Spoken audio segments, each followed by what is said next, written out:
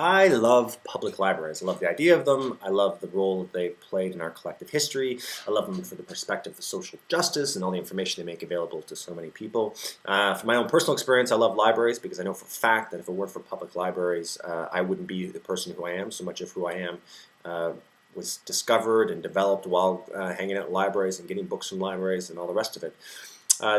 Libraries are also a lot of fun, and long before chat roulette, libraries are a place, are a place you can go and just make discoveries, find not just new people, but new worlds, new ideas, new entire civilizations. And there's a much less chance of discovering anyone with a penis in their hand.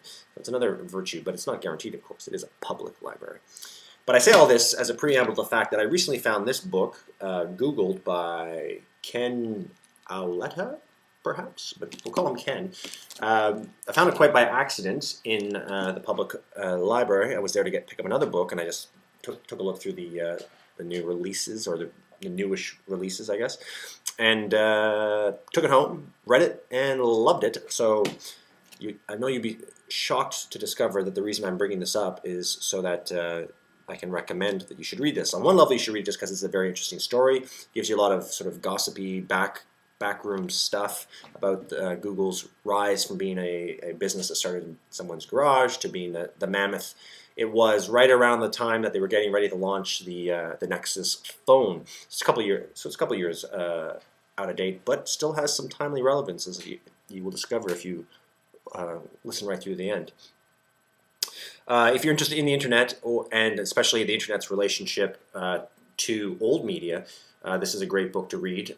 Ken is really well regarded in the field and has done a lot of writing on old media and new media, and has been writing about it for years and years now.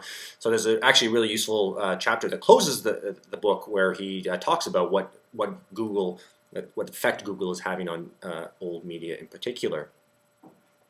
But in the course of this recommendation, I wanted to call attention to three things that stick out from this book that I thought were quite interesting. First thing is that Google actually officially hates advertising, and perhaps maybe even still officially hates advertising. But the reason why we have the Google web page or homepage that we have is because the founders really disliked advertising. And it was only much later that they realized that actually they're in the advertising business. But the thing I didn't realize is that traditional advertisers hate Google, and the reason has to do with those little Google ads, the metrics that they create. Because with those Google ads, you can figure out pretty quickly if someone clicks on it, and then they go to your website, and then what do they do on the website? Well, you can track all that, so you can have a direct correlation between the money you're spent on your advertising and whether or not anyone buys anything. And Ken actually frames the opening of.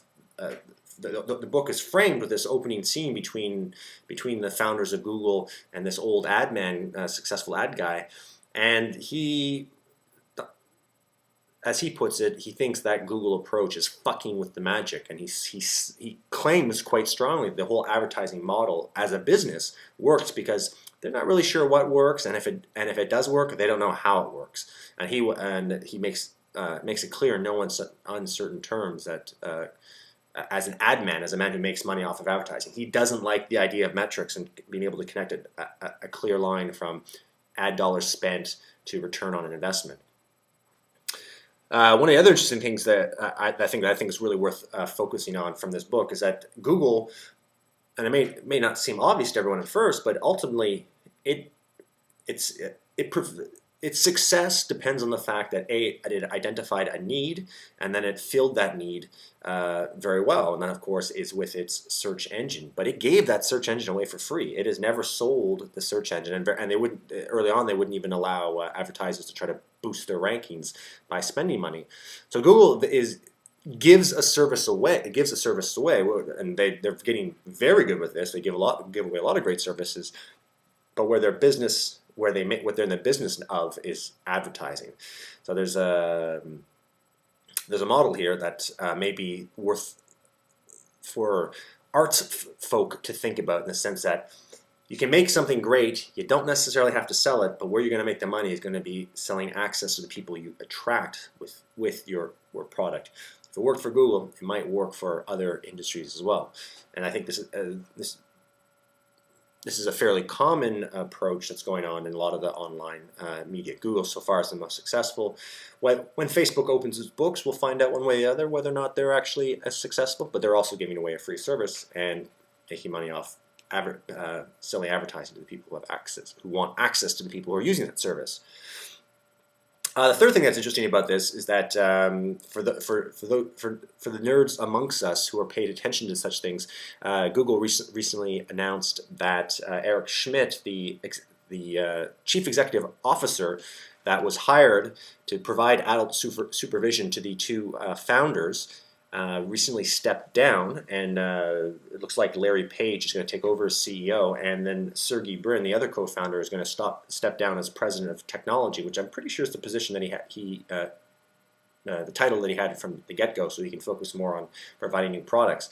Now, if you've read this book, or when you read this book, you'll find out that this move there's something a little bit fishy behind this move, because one of the things that Ken points to by the end of the book is that as much as Google's culture was the source of its success as a startup, when it became the massive behemoth that it is, that the sort of engineer culture where people are basically, it seems, allowed to do whatever they want, whenever they want, may be impeding and causing problems, and particularly at the very top. And the thing that I most remember by the end of the book is him talking about how the two founders seem less interested in running the company, more interested in jumping in their private jets and flying places and taking pictures. And so I thought to myself, hey, wait a minute, why don't I find out what Ken has to say on this? And surprise, surprise, I Googled it, and when I Googled it, the article that I Googled actually made that same joke. If you don't know about what's happening over at Google, just Google it. But anyways, and Ken made in this article, which you can find quite easily, I'm sure, but he makes it pretty clear that he's unsure about whether or not Larry Page is actually ready to take over the CEO job. So why read this book? If you're interested in Google, if you're interested in online media, if you're interested in business, if you're interested in marketing, or if you just like a good story, and it's actually an interesting piece of history as well. One thing that I kind of couldn't help but thinking is that I think Sergey is 1 year older than me. I'm not sure what Larry Page's age is, but he's probably within my, probably a little bit younger or just a little bit older or the same age. And so this is a period of life, that this records a period of history that's, for people of our age, it's pretty significant. Not only for the amount of technology that's changed and how the world has changed in that tiny bit of time, but how our own lives may have been different had we gone for a different track.